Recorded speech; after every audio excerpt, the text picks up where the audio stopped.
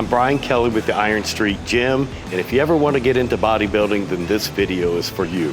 Today here we're with Dakota McCormick, and he's looking at getting into bodybuilding, and he wants to get some tips and tricks and to see what he needs to do to improve, get better. No matter what you do, we all have a little bit of this body dysmorphia, and we're always gonna look at ourselves and see that we're not good enough. It's just something about every bodybuilder has that exact way about them, right?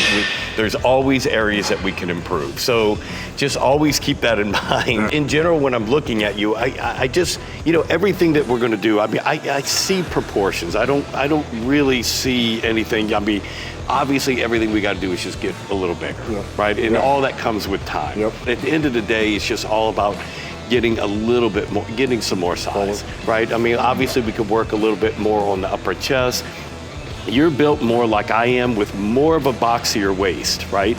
So you got to keep that in mind that if you're doing classic physique and stuff like that, you're going to have to hide that a little bit because the goal of what we're trying to do is look big here, skinny here, and big there.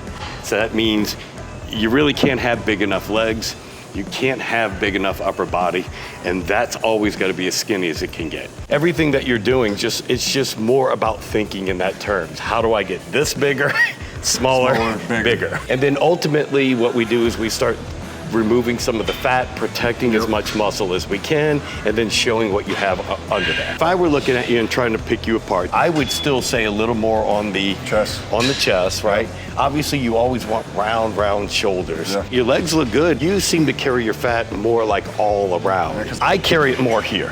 Unfortunately, where you put it on first is where you lose it last. Let's see your back a little bit too, right? We'll get those lats bigger and all that kind of stuff. It's good. It's more about like, we'll know more as we start to cut down. And I would always recommend a gradual cut.